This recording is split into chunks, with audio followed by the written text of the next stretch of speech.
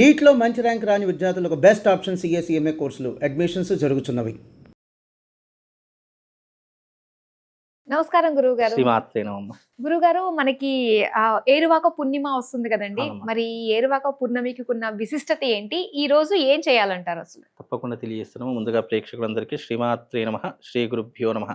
నమస్తే అస్తు మహామాయే శ్రీపీఠే సురపూజితే శంఖచక్ర గదాహస్తే మహాలక్ష్మీ నమోస్తుతే. ఏరువాక పౌర్ణిమ, దీనిని వట సావిత్రి పౌర్ణిమ అని కూడా పిలుస్తూ ఉంటారు. ఈ పౌర్ణిమ భర్త యొక్క ఆయు ప్రమాణాన్ని పెంచుకోవడానికి, భర్త యొక్క ఆయుష్కు ఎలాంటి భంగం కలగకూడదని ప్రతి ఒక్క గృహిణి స్త్రీలు ఆచరించేటటువంటి పౌర్ణిమ ఈ యొక్క ఏరువాక పౌర్ణిమ, వట సావిత్రి పౌర్ణిమ అని పిలుస్తూ ఉంటాము. ఈ పౌర్ణిమ రోజున ముఖ్యంగా స్త్రీలందరూ మర్రి చెట్టుని పూజిస్తూ ఉంటారు. అలాగే ఆ మర్రి చెట్టుకి ప్రదక్షిణ చేసి దానికి తోరణం చుడుతూ ఉంటారు, అంటే దారం చుడుతూ ఉంటారు. ఈ దారం చుట్టడం ఏంటి అంటే కనుక బంధనం వేసినట్టు. పూర్వకాలంలో సతీ సావిత్రి యొక్క భర్త యొక్క ప్రాణాలు తీసుకుని వెళ్ళిపోతున్నటువంటి యమధర్మరాజుని ఆపడానికి సతీ సావిత్రి ఎన్నో రకాలైన ప్రయత్నాలు చేసింది. ఆఖరికి తన యొక్క భర్త ప్రాణాలు తిరిగి దక్కించుకుంది. కాబట్టి ఆమె సత్యవంతురాలు, ఆమె యొక్క నిజాయితీకి ప్రతిరూపకంగా, ఆమె యొక్క భక్తికి ప్రతిరూపకంగా ఏర్పడినటువంటి పౌర్ణిమే దీనిని వట సావిత్రి పౌర్ణిమ అంటారు. అంటే తన యొక్క భర్త యొక్క ప్రాణాలను దక్కించుకున్నటువంటి రోజు ఈ పౌర్ణమి, జ్యేష్ఠ పౌర్ణమి రోజున దక్కించుకుంది. కాబట్టి ఈ పౌర్ణిమకు ఇంత ప్రాధాన్యత కలిగింది. అందుకే వట సావిత్రి పౌర్ణమి రోజున చాలామంది గృహిణులు, ముఖ్యంగా స్త్రీలు ఏం చేస్తారంటే, అది కూడా ఎక్కడ దక్కించుకుంది, మర్రి చెట్టు దగ్గర దక్కించుకుంది. కాబట్టి ఆ మర్రి చెట్టుకి ఎవరైతే ఆ వట సావిత్రి పౌర్ణిమ రోజున పూజలు చేస్తారో, ఎవరైతే దానికి పూజాది క్రతువులు ఆచరించి మర్రి చెట్టు కింద భోజనం చేస్తారో, భర్త యొక్క ఆయు ప్రమాణం గట్టిగా ఉంటుంది.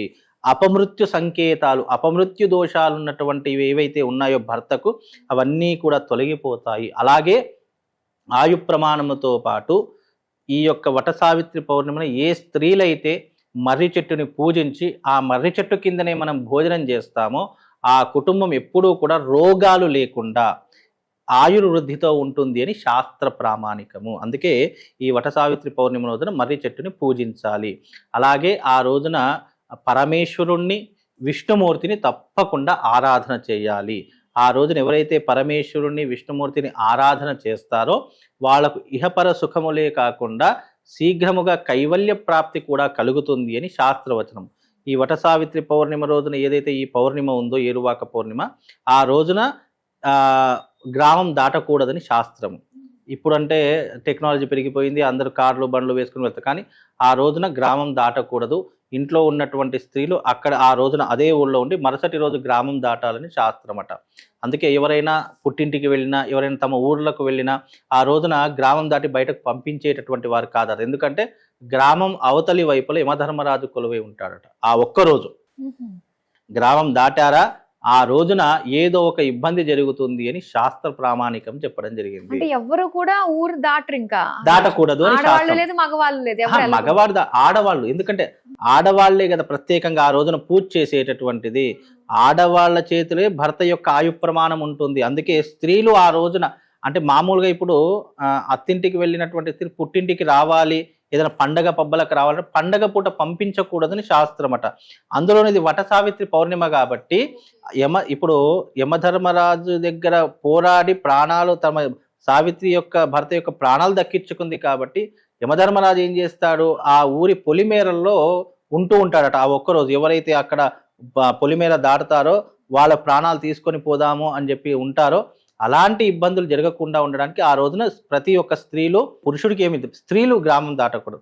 స్త్రీలు గ్రామం దాటారా ఆ రోజున భర్త ఆ యొక్క ఆయు ప్రమాణం తగ్గిపోతుంది అని శాస్త్రం. అందుకే ఆ రోజున ఎవరైతే పుట్టింటికి కానీ అత్తింట్లో ఉన్నటువంటి వారు కానివ్వండి, ఆ రోజున అక్కడే ఉండేసి చక్కగా దగ్గరలో ఉన్నటువంటి మర్రి చెట్టు దగ్గరికి వెళ్ళి చక్కగా అక్కడ పూజ చేసి భర్త యొక్క ఆయు ప్రమాణం బాగుండాలి అని చెప్పేసి నమస్కారం చేసుకొని తోరం కట్టి అక్కడ 2 మామిడి పళ్ళు పెట్టేసి వస్తే భర్త యొక్క ఆయు ప్రమాణం బాగుంటుంది. అందులో ఇది వట సావిత్రి పౌర్ణిమ కాబట్టి ఈ రోజున సావిత్రి వ్రతం చాలా మంది ఆచరిస్తారు. వట సావిత్రి పౌర్ణిమ రోజున వట సావిత్రి వ్రతం అని చెప్పేసి చాలా మంది చేస్తూ ఉంటారు.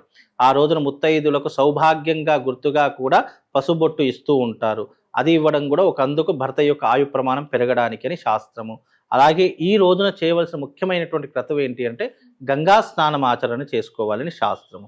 గంగా స్నానం ఆచరణ చేసుకొని ఆ రోజున పౌర్ణమి కాబట్టి ఎవరైతే దేవాలయాల్లో అర్చకత్వం చేస్తున్నారో, నిత్యము దేవతా ఆరాధన ఎవరైతే ఏ అర్చకులైతే ఆచరిస్తున్నారో వాళ్లకు స్వయం పాక దానం ఇవ్వడము, లేదా ఇంటికి పిలిపించి భోజనాది క్రతువులు పెట్టి దక్షిణాది తాంబూలాలు ఇవ్వడము, వస్త్రదానం కానీ, చామర దానం కానీ, గొడుగు దానం కానీ, చెప్పుల దానం కానీ ఇలాంటివి ఇవ్వడం వల్ల పితృదేవతలు సంతోషించి వాళ్ళ యొక్క అనుగ్రహం కలగడానికి వీళ్ళు కారకులవుతారు. కాబట్టి వట సావిత్రి పౌర్ణిమను దాన ధర్మాలు చేస్తే విశేషమైనటువంటి పుణ్య ఫలితం కలుగుతుంది అని శాస్త్రము.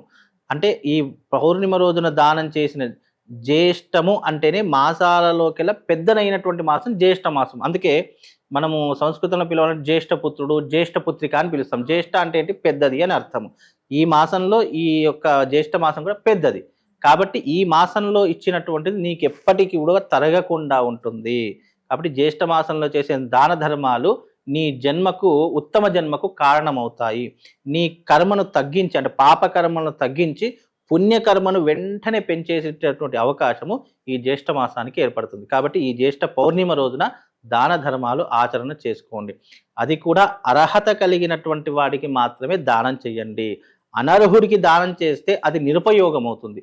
అర్హుడికి దానం చేస్తే అది ప్రయోజన కారణం అవుతుంది. ఇది కూడా శాస్త్రంలో ఏం చెప్పారంటే, నువ్వు ఒకరికి దానం చేస్తున్నావు అని అంటే తీసుకునేటటువంటి అర్హత ఎదుటి వాడికి కూడా ఉండాలి.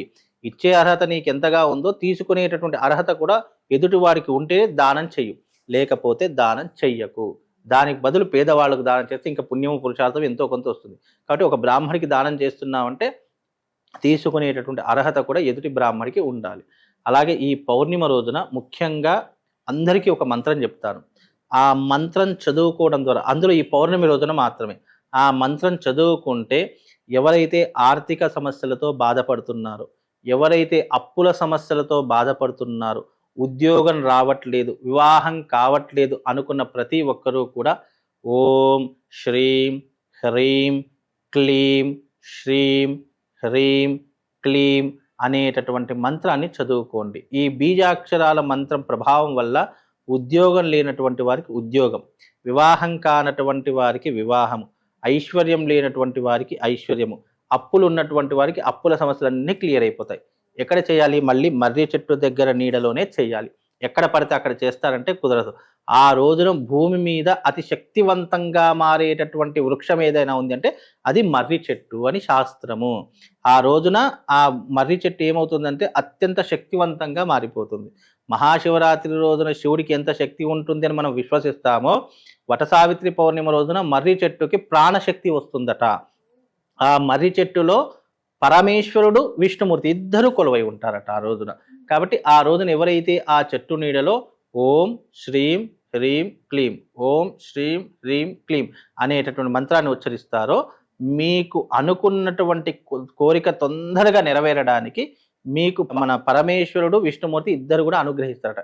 కాబట్టి ఈ మంత్రాన్ని మర్రి చెట్టు నీడలో చేసుకోండి, మీ ఇష్టకామ్యార్థలన్నీ తొందరగా నెరవేరుతాయి. కానీ అంత బాగుంది, కానీ మర్రి చెట్టు మనకి చాలా కష్టం, అరుదుగా ఉంటుంది కదండి. అయ్యో, చాలా చెట్లు. ఇప్పుడు మర్రి చెట్టు అంటే ప్రతి ఒక్క దేవాలయంలో ఉంటుంది. మర్రి చెట్టు ఉంటుంది, రావి చెట్టు ఉంటుంది, వేప చెట్టు ఉంటుంది, అన్ని దేవాలయాల్లో ఉంటాయి. దేవాలయాలు లేకపోతే పల్లెటూర్లలో అనుకోండి మనకు చాలా మట్టుకు కనిపిస్తాయి. సిటీలో అనుకోండి కంపల్సరీగా ఏదో ఒక దేవాలయంలో మర్రి చెట్టు ఉంటుంది. మర్రి చెట్టు ఉంటుంది, లేదంటే మర్రి చెట్టు ఊడలు ఉంటాయి, లేదంటే మర్రి చెట్టు ప్లస్ రావి చెట్టు కలిసినటువంటివి కూడా ఉంటూ ఉంటాయి. లేదు అని అంటే కనుక మనకు ఎక్కడైనా మర్రి చెట్టు చూసుకొని ఆ ప్రదేశంలో కూర్చొని చేసుకున్నా సరిపోతుంది అనేది. అంటే ప్రామాణిక అట్లా పూర్వకాలంలో అట్లా లేదు కదమ్మా. ప్రతి దగ్గర మర్రి చెట్లు ఉండేటటువంటి చక్కగా పూజ చేసేటటువంటి వాళ్ళు ఇప్పుడు కూడా దొరుకుతున్నాయి. కానీ కొంతమంది చూస్తే ఏమనుకుంటారో అనే భయంతో చేయనటువంటి వాళ్ళు కొంతమంది ఉన్నారు. అది ఇక్కడ చేస్తే ఏదో ఎవరైనా ఏమైనా అనుకుంటారనేటటువంటి భయంతో చేయనటువంటి వాళ్ళు కూడా చాలా మంది. భయము మనిషిని ఎంత దిగజారుస్తుంది అంటే ఎవరో ఏదో అనుకుంటారని వీడు చేయకుండా మానేస్తాడు. అప్పుడు నష్టం ఎవరికి? వీడికే అవుతుంది. కాబట్టి మన లైఫ్ మనం బాగుండాలంటే ఎవరో ఏదో అనుకుంటారని నువ్వు అక్కడ ఆగిపోకుండా ఉంటే నీ జీవితం ఎప్పటికైనా ముందుకు వెళుతుంది. మన జీవితం మన కోసం బాగుపడడం కోసం చేస్తున్నాం, అది మనం ఆలోచన చేసుకోవాలి. ఇప్పుడు ఈ మంత్రం చేస్తే నేను బాగుంటాను అని చెప్పి నువ్వు ఎప్పుడైతే అనుకుంటావో అప్పుడు నీ జీవితాన్ని ఎవరు ఆపరు. కాబట్టి అలా చేసుకోవాలి. ఎవరో ఏదో అనుకుంటారు, అయ్యో ఇక్కడ నేను చూసుకుంటే ఉన్నవాడో లేనివాడో నాకు తెలిసిన వాడు వచ్చి ఏదో అనుకుంటాడేమో అని ఎప్పుడు కూడా ఎక్కడ డ్రాప్ అవుట్ అవ్వకూడదు. అలా అయ్యారంటే నీ జీవితం అక్కడే ఆగిపోతుంది. అంతే. అలాగే స్త్రీల సౌభాగ్యం గురించి ఇంకా చిన్న చిన్న ఏ కోరికలు ఏవైతే అవును. ఉంటాయో అవన్నీ కూడా నెరవేరుతాయి ఈ పర్టికులర్ రోజున అని చెప్పేసి మాకు తెలియజేసినందుకు ధన్యవాదాలు. శ్రీమాత్రే.